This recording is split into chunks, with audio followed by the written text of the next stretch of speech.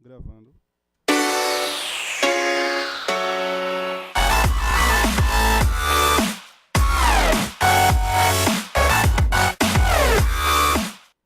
Estamos no ar, convivendo bem, coisa boa, né, gente? Sei que vocês almoçaram, estavam esperando aí o programa de hoje. Muito bacana ter vocês com a gente mais uma vez. Eu vou convidar você para acessar aí as nossas redes sociais da TV Nova Nordeste, tá?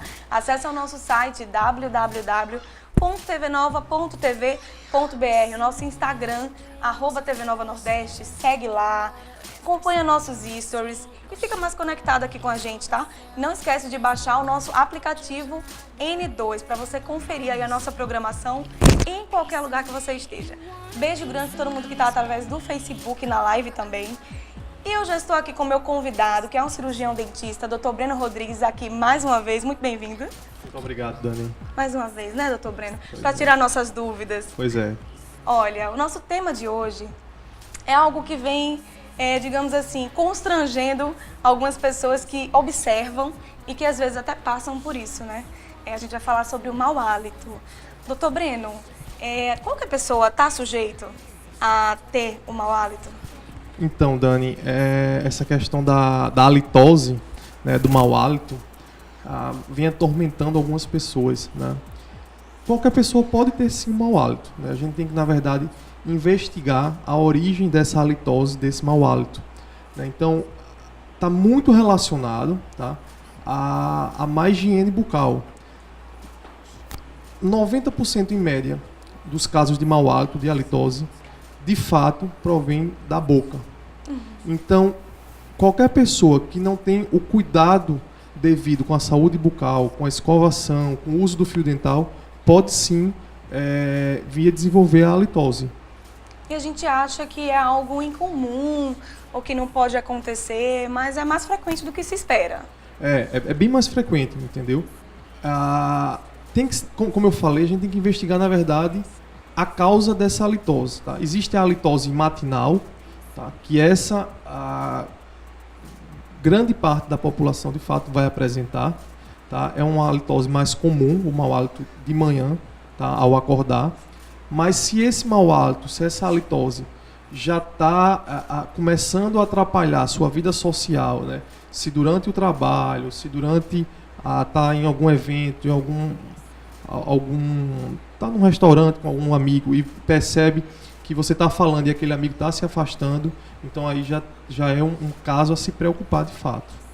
Então, para a gente poder diferenciar aí, né, um mau hálito normal, aquele quando a gente acorda de manhã, totalmente comum, mas aí quando esse problema passa a persistir, digamos assim, a gente já deve procurar um profissional, um dentista, para ver o que está acontecendo. Isso. É porque, na verdade, é o seguinte, a nossa saliva, ela já é o nosso antisséptico natural, certo? E o que acontece? Durante o sono, a gente tem uma diminuição do fluxo salivar. E isso faz com que, pela manhã, certo? A gente, como durante a noite, o nosso antisséptico natural foi reduzido, então a gente tem essa tendência a ter essa halitose, esse mau hálito, logo ao acordar. E aliado a isso, a gente passa um longo período sem se alimentar, né? E aí a gente começa, o organismo começa a degradar gordura, e aí a gente tem esse hálito, que é um hálito que a gente chama de hálito cetônico, tá? Devido à queima dos corpos cetônicos. Então, essa halitose matinal, ela é mais comum, na verdade. Agora, existe esse problema, sendo que mais crônico, digamos assim? Então, uma halitose crônica? Então, a gente tem que avaliar, na verdade, há quanto tempo essa pessoa está com essa halitose. Tá? Então, assim, tem ido ao dentista frequentemente, tá? Tem avaliado a questão da saúde da gengiva, a questão da presença de cáries. Um fator importantíssimo na halitose é a língua. Então, eu já recebi pacientes que chegam no consultório, não tem cárie, a gengiva tá bem, mas tem uma língua que a gente chama de língua saburrosa. Então, a higiene da língua, ela é indispensável. E tem muita gente que não faz isso na escovação, né? Não faz. O ideal, na verdade, existe uns raspadores de língua, uns limpadores de língua, tá? Que eles são bem eficazes, tá? Mas se não der, se não tiver, escova limpa a língua com a própria escova, tá? Mas não, a escovação, a limpeza da língua, ela deve fazer parte da higiene, tá, oral. Problemas estomacais, problemas no estômago, pode causar também? Dani, pode. Existem alguns fatores sistêmicos, né, que podem ocasionar, mas como eu falei, quase 90% dos casos de halitose, de fato, é de origem... É higienização mesmo. É de origem, vem da boca, de fato. E pode ser hereditário? Só para tirar a dúvida realmente, porque na internet a gente acha tanta informação, né, que às vezes a gente fica confuso. Então, pode ser hereditário? Se eu tenho uma mãe, um parente próximo que tem, eu posso ter também a halitose? Dani, a gente tem que, na verdade, avaliar isso aí, né? A halitose também está relacionada com essa questão bacteriana, né? A nossa boca, naturalmente, a gente tem bactérias ali, tá? O componente hereditário, assim, não vem ao caso, assim, nessa questão da halitose, entendeu?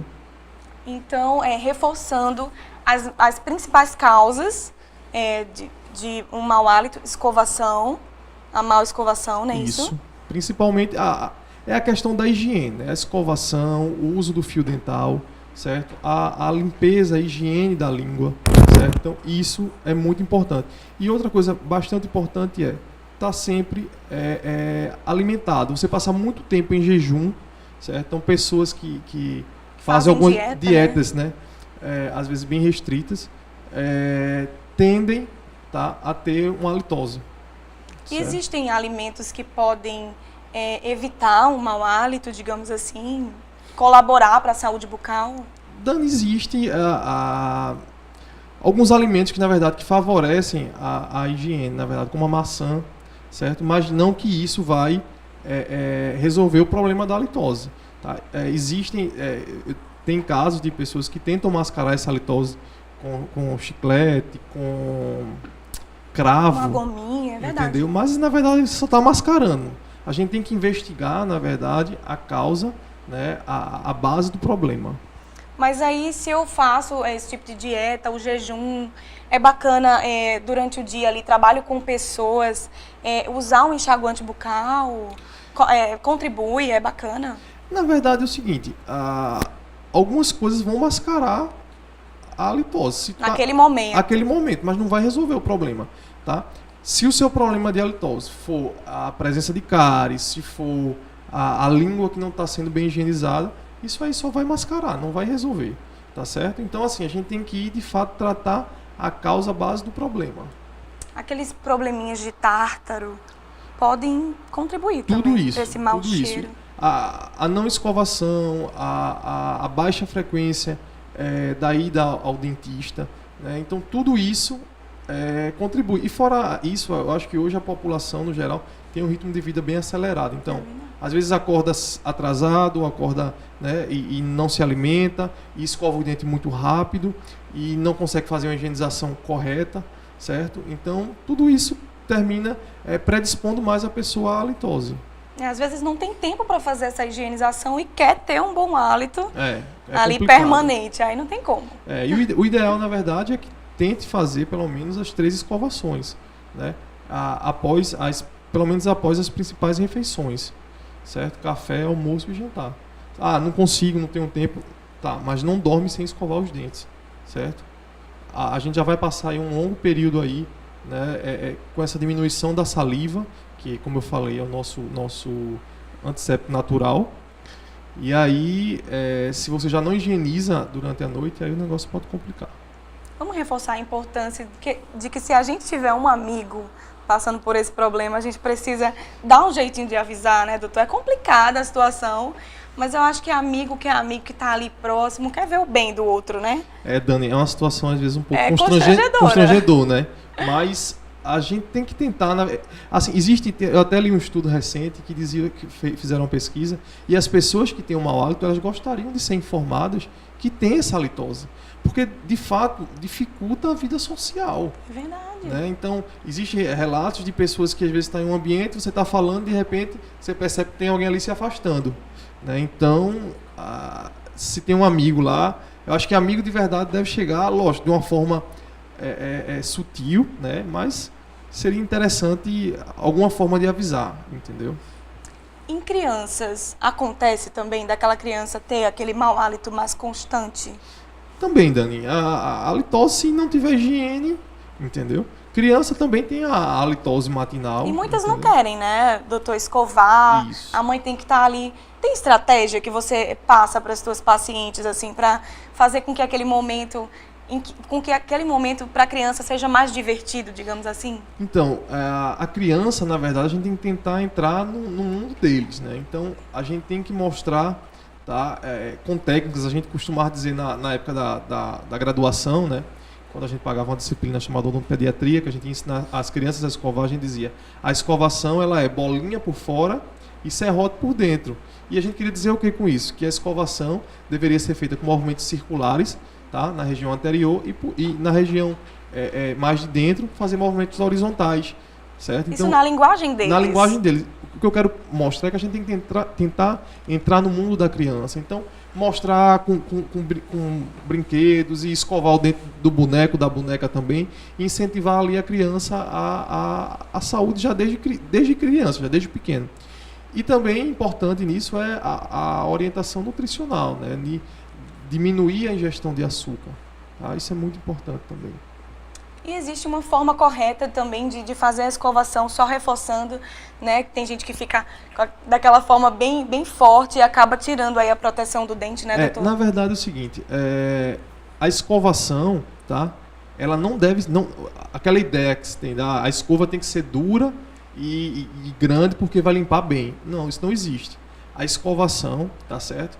Ela deve ser feita, tentar ser feita 3 vezes ao dia, mas a escova hoje preconizada, indicada pelos dentistas, é uma escova de cerdas macias, é uma escova que tem a cabeça pequena, certo? Então, isso aí é importante, tá? E também prestar atenção à sua escova. Não vai passar 1 ano com a escova de dente.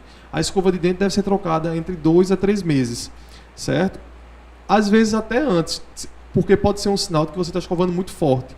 Então, se você vê lá que com 1 mês e meio sua escova já está com as cerdas todas espaçadas, é sinal que tá fazendo muita força na escovação. E escovação, ela não é força.